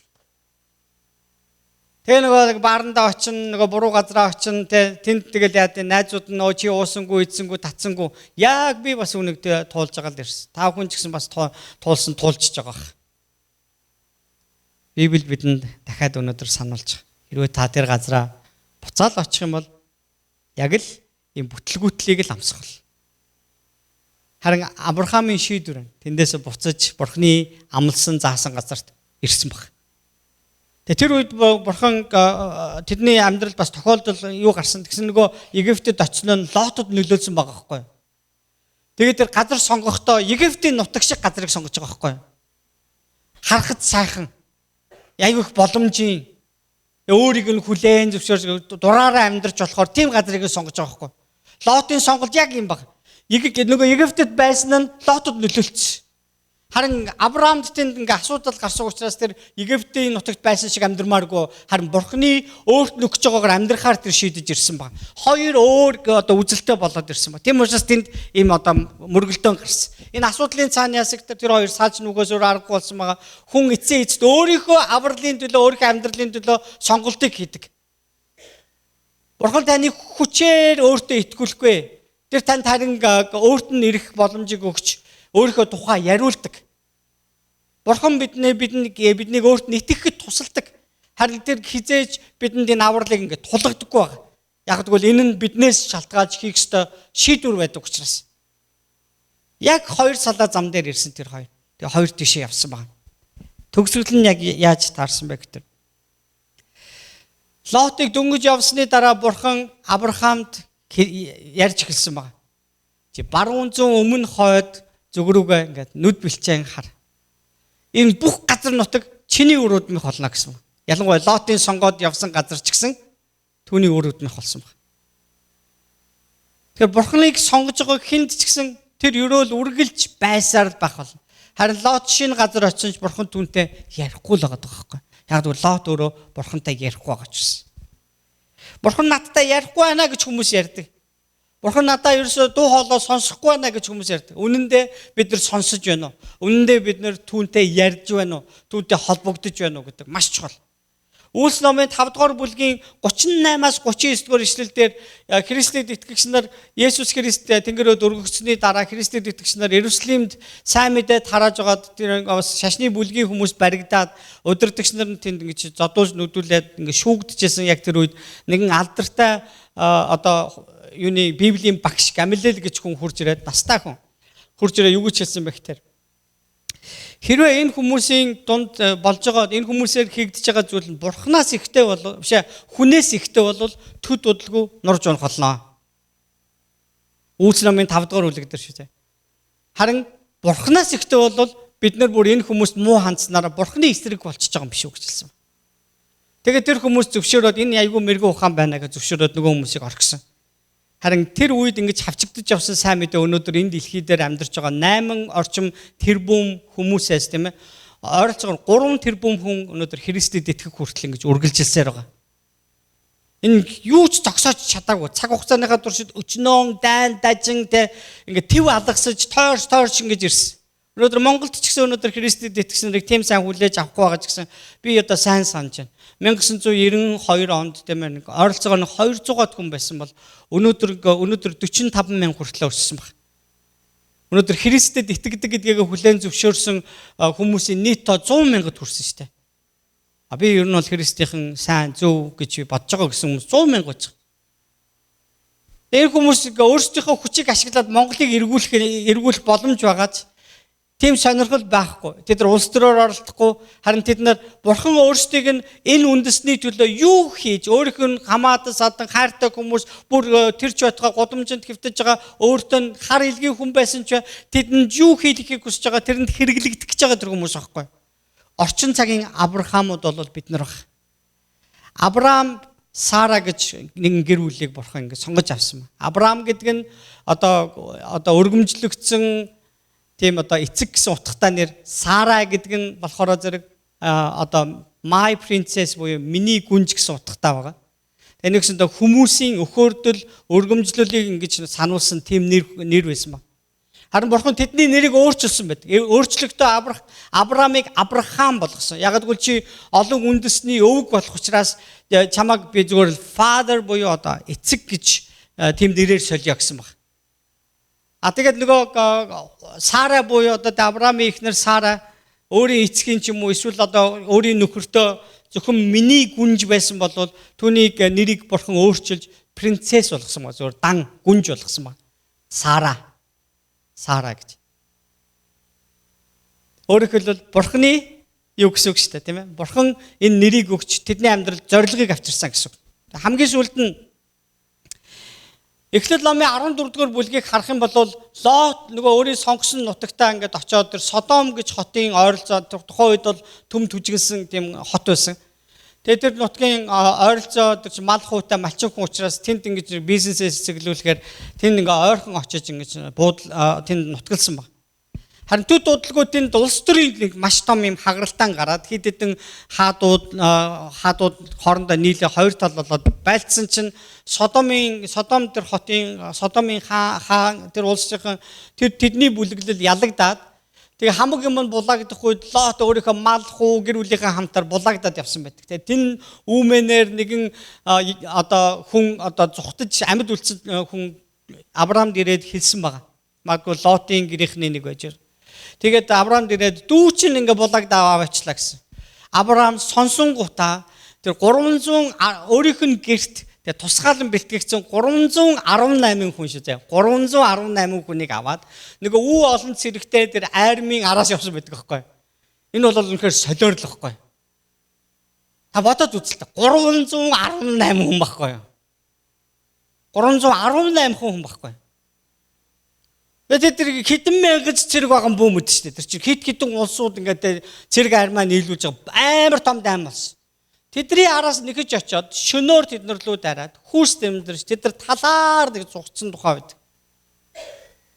Тэгээд тэр өөрийнхөө дүү Лотыг хамаг юмтай нэргүүлэн бас олзны хүмүүстэй олзны юмтай болсон байдаг. Харин Содомын хаан үнэхээр чи өстө мундаг шүү. Энэ нөгөө манай нутгийн хүмүүсийг надад эргээгээ өгчөөч. Харин эд хөрөнгөний чи аав гэсэн ба. Харин Авраам юу гэж хэлсэн гэхээр айгүй бол эд хөрөнгийг олзны мэг авчвал чи намайг баяжуулсан гэж хэлэх болно гэж. Нэг тийм үгийг Авраам хэлсэн. Санаа нь юу гэхээр бурхан намайг хангадаг гэсэн утгатай хэлж байгаа. Халелуя. Заримдаа хүмүүс ингээд Америкт ирвэл амьдрал цэцэглэл гэж боддог. Европ руу гарсан хүмүүс тэнд ч гэсэн амьдрал цэцэглэл гэж бодоод явсан баг. Тэгээ зарим нь амьдрал энд нэг сайн явахгүй Монгол руу орох тэр Монгол цэцэглэж байгаа харагдал байдаг. Энэ дэлхийн хаан ч гэсэн бурхан байдаг. Энэ дэлхийн хаан ч гэсэн амьдрал цэцэглэх боломжтой. Хамгийн гол нь бид нар өнөөдөр бурхан биднийг дуудсан дуудлагын дагуу амьдрч гэнэ үгүй юу гэдгээс шалтгаалж бидний амьдралын өгсгүй уруудах уу гэдэг шалтгаалж байдаг. Та бурхантай хамт алхвал бурхан тэгж уруудаж дороодож бүтлгүүдэх нэгэн биш учраас түүнтэй хамт алхвал түүний хүрэх гэж байгаа газар та хүрнэ гэсэн үг байна. Харин бурхангүй та алхвал яг хүнээс ихтэй амьдрал нурж унна гэсэн шиг энэ бидний төлөвлөгөө бол бүтлгүүтэх бол бурхангүйгээр. Эзэн танд үнэхээр хайртай. Бид нар өнөөдрийн хичээлээс нэг хоёр зүйлийг маш тод санаж аваад яа. Нэгдүгürt нь бурхан таныг дуудсан гэдэг санаар. Энэ дэлхийд нөгөө айгүй олоодаа ярьсан л да. Сүүлийн үед бол ерөөсө 230 орчим сая тийм хүүхэд болж болохоор үр тогтож болохоор эснээс ганц сонгогдсон нь та гэж байгаа шүү дээ. Тэр өөрхөн бүрэлдэх тэр үед ойролцоогоор 230 сая бүр ингээд хүм болж болохоор тийм эсүүд эхийн умаар очдог баг. Харин давж нэвтэрч тэр зузаан ханыг нэвтэрч чадсан нь та байхгүй. Та хүчтэй юу гэдэг утгаараа биш. Зарим хүмүүс хүчтэй нэгдэг баха гэж бодсон чинь хамгийн сонирхолтой нь зөвхөн нэг эс юм уу те. Нэг эсэл ингэж орж бүрлдээл бусд нь тэр нөгөө үүдэндээ ингэж өгтөг тухай гарч байгаа байхгүй. Шууд бүрлдэж эхлэхэд бүгд нөгөө бос нь өгч ийн гэж байгаа байхгүй. Өнгө нь хураал өгтөл. Тэгэл нэг шингэн болоод гар авчихна. Гэтэл тэр нөгөө умайн ханыг нэвтэрч орсон танд тэр хүчийг сонголтыг өгсөн нь бурхан байхгүй. Эхийн хөвлөд байхад минь таны нүд намайг харж л байсан гэдэг чи тэр байхгүй. Бурхан харж агаад за энэ сонгоч. Тэгээ намайг ямар дүр төрхтэй байх юм, хаана ямар мингтэй байх юм, хідэн насандаа ямар сахалтай байх юм бүгдийг мэдж байгаа шүү дээ. Хэдэн хүүхэдтэй болох юм, яаж бүтлгүүдийг тэр мэдж байгаа, хаана хизээ, хідэн насанд нь хідэн оны хідэн сарын хідний өдөр хідэн цагт надад хинээр юу хэлүүлж намайг урамшуулж, босгоож, сэргээж, надад туслуулж, замарч явахад намайг загнуулах хүнийг ч гэсэн миний зам дээр байлгах нь тэр бурхны төлөвлөгөө байсан байгаа юм. Хаана хизээ яг өвдөөд хэдэн цагаар өвдөж, хэдэн өдрөөр өвдөхөө, хэдэн жилээр өвдөхөө бүгдийг тооцсон баг. Өөртөө нь хаана уулзаж өөрийнх нь замаас гажиж далих үед намайг хэрхэн авчрахаа ч гэсэн тэр үнэхээр сайн мэддэг баг. Тэр бол бурхан юм аа. Тэгвэл цорын ганц хувь болох та энэ дэлхий дээр танаас өөр хин яг тантай адилхан хинч байхгүй. Яагаад бурхан цор ганц нэг сонгоод энэ дэлхийд авчирсан гэж бодож байна. Энэ бол түүний дуудлага. Таныг хэрэглэхийн тулд байгаа байхгүй. Тэгвэл биднийг энэ дэлхийд илгээсэн бурхан илгээсэн бол тэр буцаагаад тэр хариуцлага тооцохоор биднийг өөртөө авах өдөр ирнэ гэж Библи хэлж байна. Библиэр хэлсэн бид энэ дэлхийд хоосон ирсэн гэж. Нэг кофений савыг санаараа хоосон ирсэн. Яагаад хоосон сав хэрэгтэй лээ? Энэ дотор дүүрэхийн тулд. Бид нар энэ дэлхийд хоосыг илгээсэн шалтгаан нэг зорилгоор дүүргээд биднийг хэрэглэхийн тулд байхгүй. Тэгвэл яг Авраамд өгсөн тэр дуудлагын дагуу биднийг ерөөл болгохын тулд бурхан бусдаас төрүүлээд дуудсан байна гэсэн үг. Би одоо Христэд итгэхэд 27 жил болж байгаа ч манай аавч хоёр ерөөсөө нодны ирээл тэгээ бид хоёр ингээд анх удаа Христийн тухай ярих боломж надад гарч яг ингээд сууж байгаад. Манай хоёр бүр улаан буддист. За ингээд завхнаар нэг суург бослоо шүү дээ. Тэгээд сая ирээд би ингээд ярихт нь би зурган дээр цаасан дээр би зурж агаад бидний бурхан гэж бодож ирсэн зүйл юм байна. Харин Библиэр өнөөдөр би тавханд ярьсан шиг тийм ээ. Энэ бол бидний нэг шүтдэг шүтэн биш юм байна. Яг бурхан гэдэг чинь бүх юмс түүний дотор оршдог.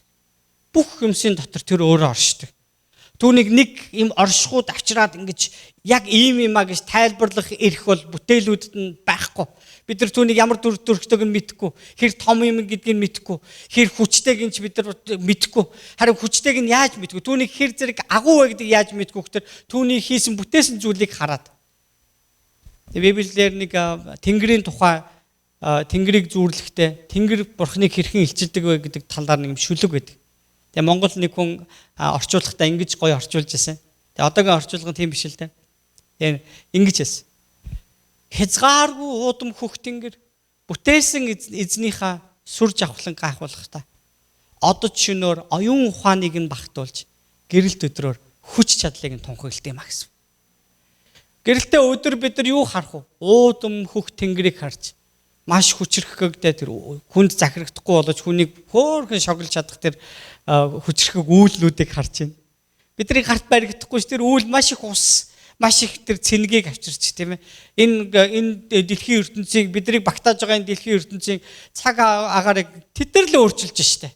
Бид нар хүчрэхэг уулсуудыг харж сайн манай хэсэг нөхөд тэр шар чулуулын хүн дээр яваад үнэхээр бурхны гарын бүтээлийг бүр багтаад бүрс ингээд яахгүй зогсохгүй байхгүй. Тэгээ өчтөр би тосч авсан. Тэгэл орж ирээл ерөөсөө ингээл за яаж маажин биш ерөөсөө тэр ястаа гай газар байлаа тэрний юм бай юм ам уралдаал яа. Тэгээ би бүтгэр гоё газар байлаа ястаа. Тэр бурхны гараар бүтээгдсэн зүйлүүдийг бид нар гэрэлтээд бид нар харж чадна. Харанхууд бид нар уул тоолгод ойрд байгаа юм харахгүй ч гэсэн юу хардаг лээ? Тэнгэрт юу харах вэ? Од гариг иргэсийг харна. Бид нар урд нь бол сансар судалтын амар хөгжөөгүй байх үед бол бид нар нар сарыг танин 7 бурхан одоо нэг юм таньчиж байгаа юм тий. Хүн 5 одоо таньчиж байгаа алтан гац зааныг олчиж байгаа. Үүний цаана гэр тий. Хичнээн сая живатер одод гариг иргэсүүд одоо нөгөө нарны аймагуд байгааг бид нар юусэн мэдэг.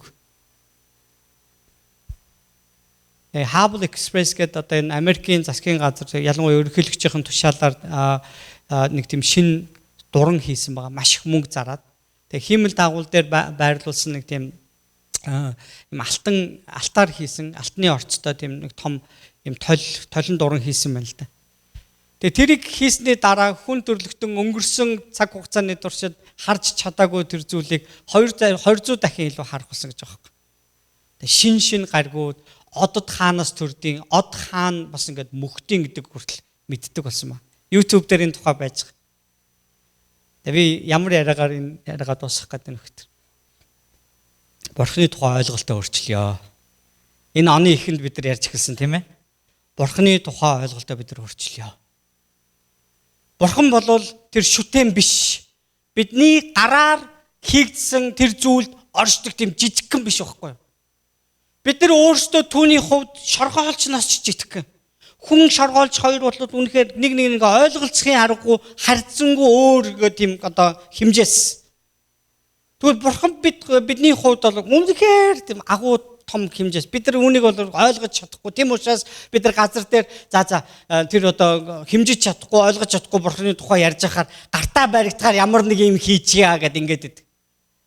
Энэ бол үнэхээр бурханыг бас хилэнг төрүүлдэг зүйл учраас бурхан үүнд дургу. Өөрийг нэг юм жижигхэн өчүүхэн үрдэс шиг юмнууд тэр газар дээр ингээл өөрийг нь доромжлоод нэг жижигхэн юм яачаал кофений сав бурхан гэж мөргөөд байдаг те. Кофений дуртай хүн бурхан энд үнэхээр дургу байхгүй. Энэ бол бурханы өмнө нүгэл баг. Тэгээ бурхан бидний араас дагдаг бас хоточ нохоо ч юм уу бидний зарч биш байхгүй. Бид нар бурхан гэдэг ихтер юунд ашиглахгүй гэхдээ амьдралд тохиолдож байгаа асуудлаа шийдэх гэдэг байхгүй. Наашир бурхан араас дагаа авчих. За энэ одоо гэр бүлийн амьдрал хэцүүдлээ. Үр хүүхдийн харилцаа хэцүүдлээ. Санхүү мөнгө хэцүү боллоо. Виз болгоо байлаа. Тэр болгоо байлаа. Мөнгө болгоо байлаа. Монгол улс болгоо байлаа тэг ингээ тэ. Тэгээд нэг бүгд тэр шүтээндээ даатгадаг. Тэгээ нөөдг нь бүтэж байгаа өөрчлөгдөж байгаа ч юм байхгүй. Хүмүүс дандаа мухар сүсэгтэй хөтлөгдөж явсан болохоор бурханыг харж чадаагүй. Тэгэхээр бурханы талаар ойлголтоо үнэхээр өөрчилцгээе. Бурхан бол бурхан шүү. Бурханыг бурхан шиг хүндэлцгээе.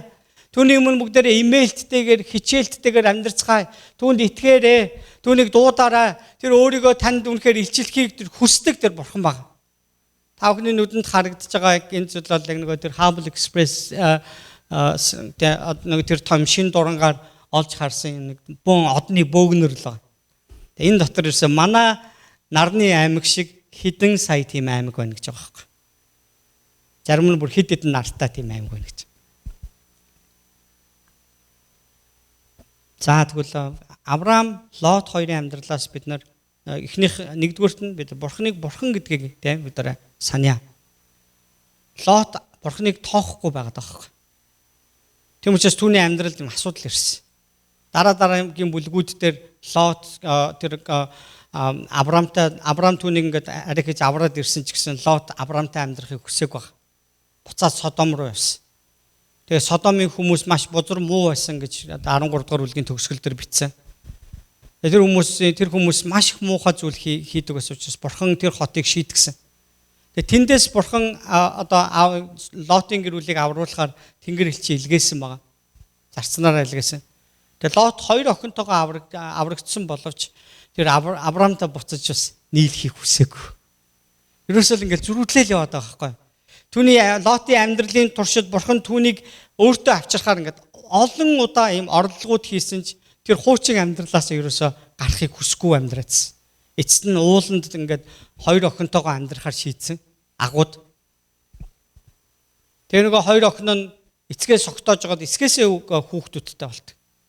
Хүүхдтэй болдог. Бид нар үүрүүд маань залгуулж чадахгүй нэгэд. Тэгээ эцгийгээ согтоож байгаад эцэгтэйгээ унтцсан. Тийм байж боломгүй юм тэд нар яаж тэр одоо онгон охтуудын санаанд тэгж ордог байнаг бол тэд нар буруу газар амьдарч байсан шүү дээ. Содомд тийм дандаа харж өссөн. Амар тийм бузар муу байсан учраас бурхан тэр Содом Гомор гэж хоёр хотыг сөнөөсөн байдаг.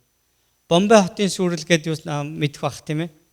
Бомбей дээр чи шууд бас ингээд тийм халуун юм хүхэр шууд бууцуучаас хүмүүс ямар ч тийм зүхтах боломжгүйгээр зүгээр ингээд 1 секунд ч ингэж хөдөлж чадахгүйгээр өгсөн гэж байгаа байхгүй. Шууд нэг агаар магаар нь бүх ингээд хүнд болоод хүн шууд царцсан байгаа байхгүй. Тэгээд тэр Бомбей хотын туурыг ухаж явахт чинь ингээд амар сонин юм гарсан гэсэн. Нэг унтлахын өрөө ор болтоо нэг зүйл байгаа байхгүй чулуудсан байгаа шүү дээ. Дээр нь нэг эрэгтэй хүн. Тэгээд орон дотор тэнд нэгэн ямаа байж гэнэ гэж байгаа байхгүй. Тэгээд тэр яан зүрийн тэг хоёр эрэгтэй хүн унтчихсан байж байгаа. Амтантай явуулдаж байгаад ингээ өгцсөн байгаа байхгүй. Тийм бузар зүйлүүд төр Содом Гоморт болж исэн баг. Өнөөдөр энэ дэлхийд дээр тийм болж байгаа юу? Хаана илүү болж байна? Бидний амьдарч байгаа энэ газарт болж байгаа шүү дээ. Өнөөдөр энэ DC-д бас юу болж байгааг та нар мэдчих. Нью-Йоркд юу болж байгааг мэдчих. Сан Францискод юу болж байгааг мэдчих.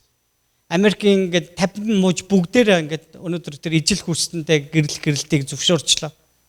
Хүний ой тоонд бидний бүр ингээд өсөх наснаасаа өсвөлээд энэний талаар өстой ой тоонд оромгүй зүйл өнөөдөр энэ дэлхий дээр хайр майр гэсэн юмар далдлаад хүний ертөнцид орж ирж байна. 2 эрэгтэй хүн, 2 эмэгтэй хүн яаж хүүхэдтэй болох вэ? Хүүхэд өргөж авна. Тэдний гэр бүлд өссөн хүүхэд ямар ойлголттой болох вэ? Эрэгтэй хүнтэй суучих болт юм байна. Эмэгтэй хүнтэй суучих болт юм байна. Бүр цаашлаад явах уу? Аав нь охинтойгоо сууж болно шүү дээ. Цаашлаад яах юм 80 настай хүн 12 настай хүнтэй сууж болно шүү дээ. Өнөөдөр энэ бузар мууч хөтгөр яг энэ дэлхий дээр тогтносон энэ даяарчлалыг яаж ашиглаж яах вэ гэхээр ийм нөгөө хүний амьдралд бурхнаас өгсөн тэр хим хэмжээг нураахын төлөө ашиглаж байгаа. Хэрэв бид энэ амьдралыг сонгол бид Лотын араас орно. Хэрэв бид зөв явахыг сонгол бидэнд ган гачигтай газар байсан ч бай хоол ундгүй байсан ч Бурхны хүслийг даган биелүүлэх гэдэг бол бидний амьдралдаа хийж байгаа хамгийн сайн зүйл гэдэг Библи өнөөдөр номлож байна гэсэн үг. Надад мөнгө олдохгүй болоод би Бурхны үгийг дагалгүй Хананаас би Египт рүү явбал надад тэнд асуудал тохиолдно. Харин Бурхан намайг энэ дээр бай гэж хэлхий би үнэхээр сонссон бол би тэр Канаанда үлдэх ёстой гэдэг байна. Нэгсэндээ итгэлээ зурна гэсэн үг. Таны эргэн тойронд найз нөхдөд чинь бүгдээрээ Христэд итгэгч биш байж болно. Бурхны тухай ягаал зүрийн юмнууд цуглуулсан ингээд худлаа ярьж болно. Түүнээс болж тэд нар Христэд итгэдэггүйгээс болж та Христэд итгэхгүй байна гэж юу? Хэрэв Бурхан тантай үнэхээр ярьсан бол түүний дуу хоолойг санаж түүнд итгэсээр амьдраач гэж хүсэж. Бузар муу амьдралаас бид нар эргэх ёстой байхгүй. Лотын амьдралын тэр алдааг битээ давтараа гэж танаас хүсэж байна. Бид нар Новогийн амьдралын тухай үзэж байхдаа яалаа. Адам, Евагийн тэр хүүхдүүдийн амьдралын тухай үзэж байхдаа яалаа.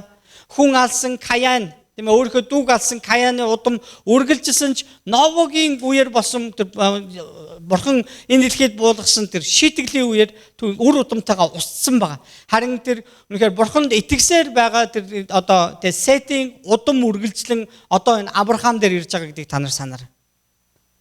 Бурханд итгэгч нэгэн үнэхээр цэцэглэн хөгжих болно. Бурханд найддаггүй нэгэн бол мөхөх тухай Библиэр чинь. Энэ хоёр зүйлийг санаасаа гэж хүсэж байна. Бурханыг Бурхан гэж хараарай. Тэр танаар заалахгүй шүү. Харин тэр танд заана. Тэр таныг хэрэглэнэ. Яг гэвэл тэр Бурхан учраас байхгүй. Та Бурханыг тэгж харахгүйгээс болж амьдрал чинь асуудал гэсэн. Хоёрдугаарт нь Бурханыг үнэхээр Бурхан гэж үзэхгүй байгаа тэр Лотын амьдралд ямар төгсгөл ирснийг та хүн сонслоо.